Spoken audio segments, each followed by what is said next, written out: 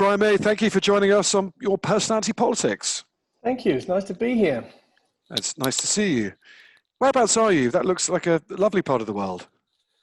I'm in deepest Surrey, where my studio is, which I can get to, thank God. In the beginning of the lockdown, I couldn't even come here. But now I can, I stick to the rules very rigidly, but I can come here and work. I come about 3 days a week, and we social distance and do all that stuff. And we do manage to work, which is great. Please hear. And you've got a single. You've even managed to do producing music in lockdown, which is impressive. We did, yes. We produced a single with Kerry, who I've been working with for, I think, I don't know how many years, a lot of years now. Very proud of it. I don't put out anything that I'm not proud of. I didn't write this one. This was written by Andy Vitolo and John King, who live in Manchester, and Kerry's been working with them. But I kind of seized on this because I thought it was a very catchy and very nice, kind of good feeling about this, kind of warm fuzziness about this. And Kerry and I both, we took it over and we changed some of the words and tiny little bits of rearranging and stuff. I can't keep my fingers off things. I seem to have become a song doctor. I don't know if it's an obsession or what it is, but I seem to feel things when I hear a song. I can hear things that could happen. So I could hear the way the chorus could end up here. So I went for it, and Kerry liked it. She did some stuff. So it's a kind of joint effort. One beautiful Christmas day. It's rather thematic. What with coronavirus, social distancing, relaxing for just one day. That's right. It's crazy to think it's just for one day. We're all here just for one beautiful Christmas day. It's like you wrote this knowing the social distancing restrictions were going to be relaxed before. Very clever of you. Well, we did. Yeah, we did. We did. We wrote it with all this in mind, and it was a conscious decision to try and figure out what Christmas might mean in this situation, and make a new Christmas anthem. A sort of Christmas classic with a different slant. So yes, we were doing it. It's very topical. But it's also very optimistic, I think, because we can't celebrate as we do normally, but we can just do different stuff, and we can make it great. We can give each other the time. We can have fun. I'm going to be playing Pictionary online with my kids on Christmas Day, which was my daughter's idea, with kids and grandchildren. And I think we'll have fun, and next Christmas may be different, but it's just one Christmas. And it could be one beautiful Christmas day. That's the way we feel. So you won't be seeing your grandkids on Christmas Day. You've taken the decision to do it virtually, have you? Yeah, I kind of don't care what Boris says, really, because I don't think he has a very, very good handle on it. The rules are there, and I'm not going to break the rules. But for me, I don't see any point in taking risks this Christmas because, there will be other Christmases if we're careful, if we're around. So, we're being very, very careful. And Boris himself said the virus doesn't know it's Christmas, but then he decided to relax the rules. So I think there will be a price to pay. I think people will die because of Christmas being more relaxed. And to me, that's very sad and not really worth it. It's just one day. And Easter's coming. We're actually making a beeline for Easter. Me and my kids, we've decided Easter's more important this year. So we're going to, if things turn out well with the vaccines and everything, we're going to have a big, big Easter. I wonder how many British families will be doing precisely the same thing as you, giving up on this Christmas and saving it all for Easter. Yeah, it's not really giving up. It's just compromising, I think. Different. Just be different. Yeah. Let's talk about your politics. So, can I go back to the very beginning? You grew up in West London. Your father was a draftsman at the Ministry of Aviation. What was your first political memory? Did your parents talk about it much? Do you remember any big moment in your childhood of politics? Do you remember even finding out what a politician initially was? My parents were conservative, and they didn't make a big deal about it, but it was not disputed. We were a sort of conservative family. I don't know why that was. I think my dad felt, had some kind of feeling about opportunity, and conservatives represented free trade and all that sort of stuff. My dad became very disappointed in his life, though, and I think he became disappointed in probably his politics as well. Because he never really achieved his potential, and he died knowing that. And I had a long conversation with him shortly before he died, and he felt bad because I was able to buy the house for him that he'd been paying a mortgage for every week of his life, which was nice. But my dad also said, look, it made me feel a bit inadequate, he said, because you achieved in your life all the things that I never managed to achieve in mine. And I said, Dad, I achieved what I did because of what you did, because you gave up so much to give me the right background. So we had a nice moment sort of discussing all this. But yes, we were conservative. And so I think I assumed I was, being of the family. A vague assumption. Yeah, I mean, to cut to the chase now, I am apolitical now. And it's a choice, but also it's a feeling, because I do a lot of work in Portcullis House and in the Houses of Parliament these days. As you probably know, I lobby quite regularly for animals. And you basically don't get anywhere by assuming that people are just of one colour. I'm talking about political colour. And there are good people who have good consciences in all the political parties. And we basically gather all the friends we can.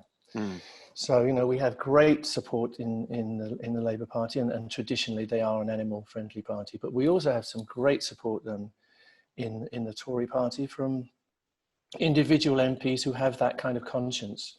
So I go in there kind of rainbow-coloured, and I'll speak to anyone.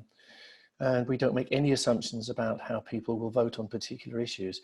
Now, to me, that I do feel our political system is flawed, and I feel our justice system is flawed as well. I feel there's a lot of unfairness in British society. But nevertheless, you have to work within that framework if you're going to get anywhere. Let me go back to where your politics started then, if you've been on perhaps a bit of a journey in life. You are, I think I'm right in saying, Brian, without doubt, the most educated rock star there's probably ever been. You got a degree in physics, you've got a PhD in astrophysics, that came a little bit later. Were your student days spent in any form of political activity, or were you far too big a scholar? Yeah, well, I went to Imperial College. And In Imperial London. College was and is, I think, very, very academic. And we didn't have a lot of fun, to be honest. The workload was so incredibly difficult. All we did at night was pore over the notes we'd taken and try and understand what the hell it was all about. So I wasn't very social at college. Having said that, we can talk about Entertainments Committee, which I was on, and we booked Jimi Hendrix and stuff. But I didn't spend a lot of time out sort of demonstrating or anything. I wasn't highly political. I just got on with what I could and tried to keep up.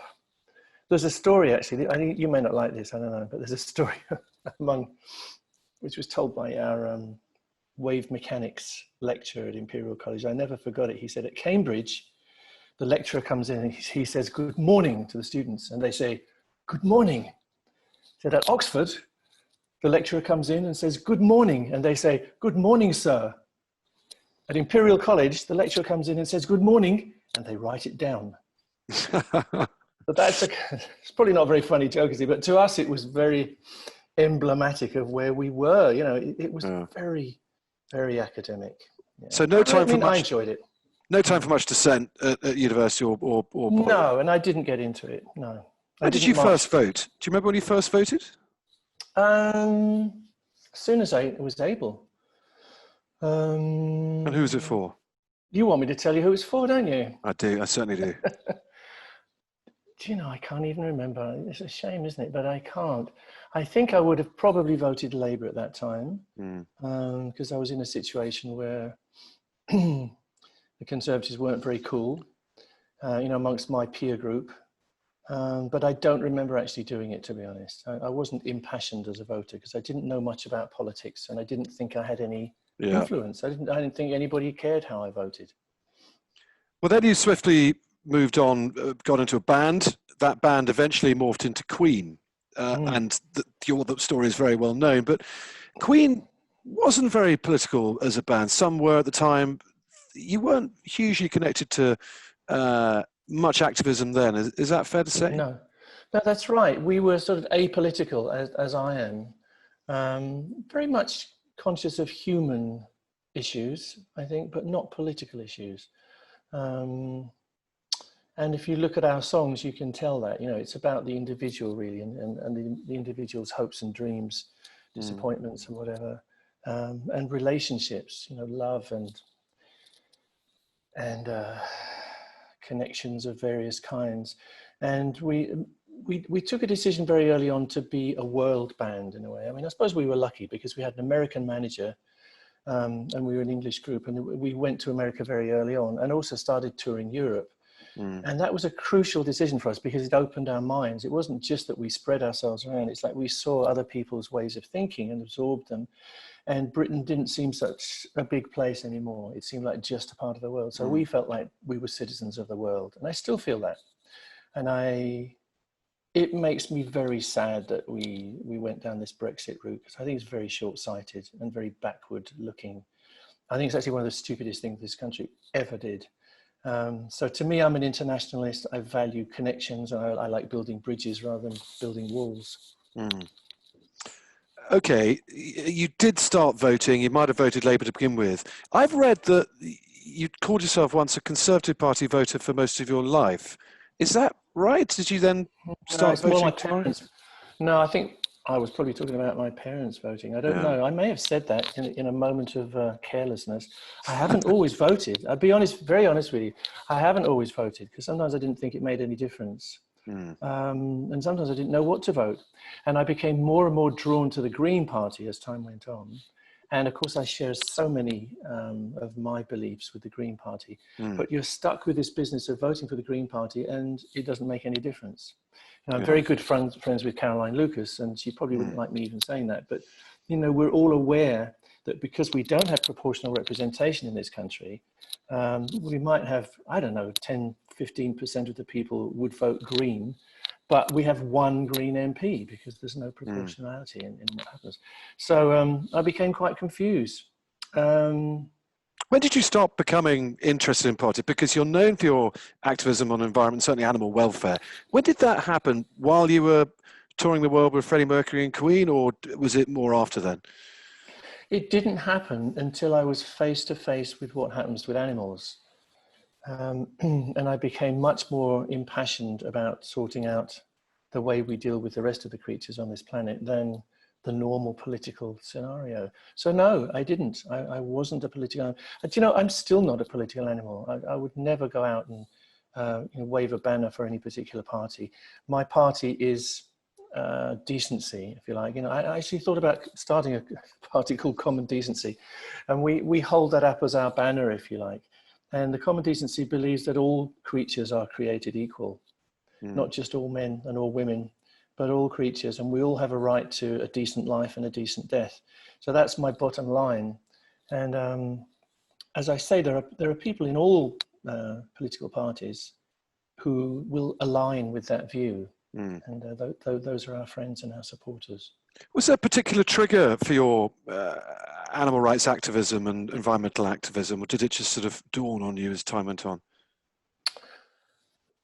It was gradual. It's always been with me all my life. I always felt that there was a great unfairness, and I always questioned the fact that the human race seemed to assume that it was the most important entity on this planet.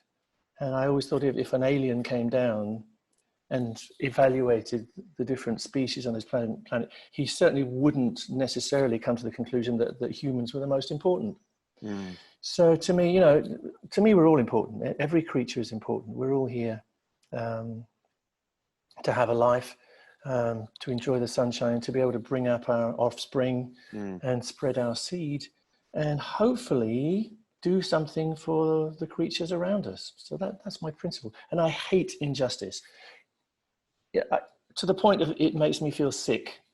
I hate to watch the kind of violence on TV where somebody doesn't have a chance, you know, where somebody's being tortured and they're tied down, and, you know, I can't watch it. To me, that kind of injustice is so completely intolerable.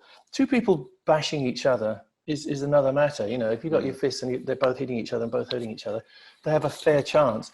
But that to me is appalling. And to me, the same feeling hits me when I see people on horseback with packs of hungry dogs chasing foxes. To me, that's just an appallingly despicable way of going on. I hate when I learn of badger baiting. I hate the fact that the government is, without any good reason, slaughtering thousands of badgers at the moment, Mm. under the excuse that it's helping the farmers, which it isn't, because it's not working. So I spend a lot of my time, I suppose I'm driven by injustice and I want to bring about justice. And animals don't have a voice. We at least have a voice. Some of us are a bit downtrodden, but at least we can speak up and say, hey, I'm being abused. Animals can't do that, so they need to have a champion. And I decided I wanted to be one of the champions for animals who can't speak. Can someone champion animal rights and the environment from the right as well as they can from the left? Or do your kind of feelings that you've been explaining mean you would naturally describe yourself as a left-winger and you'd probably always vote Labour more than Conservative? Or have you ever voted Tory on occasion? It's a very good question. The first part of what you say, I think it's probably more difficult to be a Tory and have those values, but I certainly know people who I can name Tracy Crouch, for instance, who is one of our greatest advocates. And she was a member of the cabinet for a while. Conservative former sports minister. And that's right, yeah. Conservative MP still, of course. Yeah, absolutely. And she's absolutely gone miles and miles for us, always been there for us and put our points of view. I think at the moment she's been asking a question about the badger cull again, and about this current find where a webinar meeting of the country, of the fox hunting community was leaked. And they're sitting there discussing, very calmly discussing how to break the law and make sure nobody knows. So that's a big thing, you know. And so she's been asking questions in the House about that. And I think, you know, there will be, I think blood will flow. And it should, you know, because these people are, they exist through lying about what they do, the blood hunters. We can get onto that if you like, but that's something which drives me. And so there are people in the Conservative Party who are against fox hunting, against badger baiting, and very much on our side about animal rights. You know, we also talk about how farm animals are treated, whether animals should be exported live, all these appalling things that go on. So yes, I mean, it's probably fair to say there's more animal supporters in the Labour Party because it's kind of a party line, but as individuals, I think you'll find a lot of Tories are with us. It's a really interesting issue, isn't it? Because it's moved a lot over the time. Remember David Cameron, when he took over the Conservative Party in the late noughties and the 2010 election, made a big thing about being green, less animal rights, but more the environment. Now, Boris Johnson and then Michael Gove, who was for a while the Environment Secretary, a lot of animal welfare policies. In fact, they're saying they can use Brexit to pass even greater protections for animal transportation of animals, for example, than you can in the EU. So in a way, the right is very much parking its tanks on this kind of lawn, what maybe used to be the left's lawn, and therefore, could you see yourself moving over and voting Tory then? Well, it's not a question of moving over. You know, at the moment, I don't. I vote tactically at the moment. So no, it wouldn't be a question of moving over. And Michael Gove is I would hesitate to claim to be you know, his friend, but we see him quite a lot, and he's very helpful. He's our local MP down here in Surrey, and he's been very willing to listen. Yeah. And he was the man who instigated an independent review on the badger cull, which came up with some of the right answers, but sadly wasn't implemented. But yes, you're right. I mean, David Cameron is the reason that we came into existence as Save Me, because he announced in his campaign, yes, we're going to be green, green, green. But he also had as part of his agenda bringing back fox hunting, smashing the Hunting Act.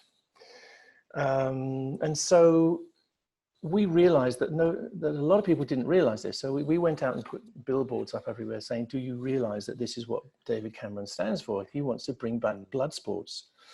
So probably I'm not David Cameron's best friend. I did bump into him a couple of times when we were lobbying, actually.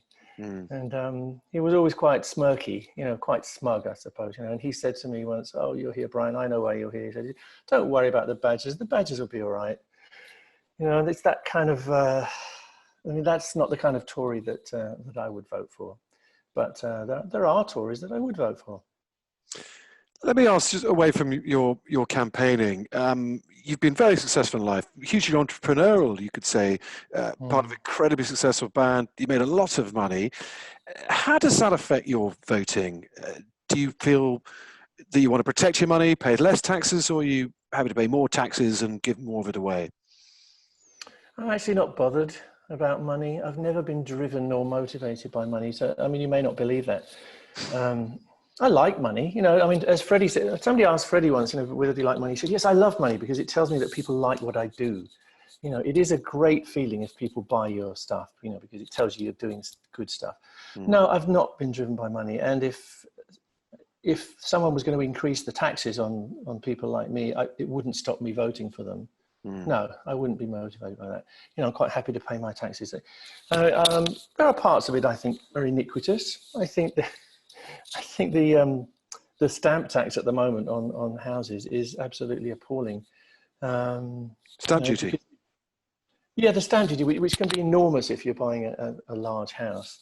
So it tends to hit the people who have worked very hard for their money and paid all their taxes, whereas it doesn't hit the super rich who inherited money, or the corporations who have vast amounts of money and don't pay any taxes anyway, you know, the large corporations. So, yeah, but no, I'm not influenced. I ran a campaign which was called Bollocks to the Economy. I don't know if you remember that one. Some people thought I was being frivolous, but it wasn't frivolous. What I was saying was, you don't judge a country or a political party by money alone. You don't judge it by the economy. You judge it by the well-being of people and how well they treat each other and how well they treat animals, how well they treat the environment. Those are the values that you should be pursuing. And I'm continually disappointed in the fact that decisions are made on a basis of economic gain and very little else. I know people have to eat, I know that, but really it's about decency, and it's about having a decent standard of life, but also spreading decency around. I think that gets forgotten still. Let's bring you up to the modern day, almost the modern day. In 2017, I believe you endorsed the Labour Party and said you'd vote for Jeremy Corbyn. Obviously, you didn't vote for Michael Gove in that particular election as your local MP. Why was that? It was because they promised to stop the badger cull. Right. It was that simple. Simple as that. As simple as that. Yeah. They said the minute we get into power, we will stop the killing of badgers because it makes no sense. It's not helping farmers, and it's a tragedy. It's a travesty. And you know, that's my strong belief now. I would vote for anyone who would promise the same thing right now, including Boris Johnson. Yeah. And Michael Gove, it would be in your local. Oh yes, of course. See, I'm very disloyal, aren't I? You know, but I care that much about animals, and I think the way we deal with animals defines us. You know, and I find it in everyday life. It's the same thing. If I meet someone who doesn't pay any attention to dogs and cats and generally has a bad attitude to animals, I know that they're not going to be someone who has the kind of decency that I will relate to. Noticeable that in the FBI, if people are looking for child abusers, they first go to the register of people who abuse animals. Right. So, you know, I think these things do define us. And we have to realize that we are just a creature among many creatures on Earth, and we are all worthwhile. Brian, we're coming to the end. Normally this sort of time, it's our job to try and define people by how the conversations have just gone. The problem is I'm finding it incredibly hard to define it. By your own admission, you're apolitical, and you almost look at politics from the under end of the telescope of anyone I've practically spoken to. By just doing that, you'll look at the way they treat animals and environments and then judge them accordingly. And that's the best I can do, really. Is that right? I don't think your politics are the same as anybody's in the world, quite frankly. I noticed you were frowning sometimes. I was wondering what you were thinking. I was understanding, listening intently. Yeah, no, I think you're right. Yeah. To me, it's like Martin Luther King, but more so. You know, we hold it self-evident that every creature on this earth is worthy of respect. And that's my bottom line. So yes, I will vote for people who hold those kind of values to their chest. I think Boris Johnson could take some heart from that. Well, I think his girlfriend probably would agree with me. That's I haven't met her, but I have the feeling that she does edge him in the direction of compassion and greenness. I hope so. You'd vote for Carrie Symonds then? Yeah, I'd need to know a little bit more about her, but yes, probably. Brian May, it's been a pleasure talking to you. Thank you so much for sharing your personality politics.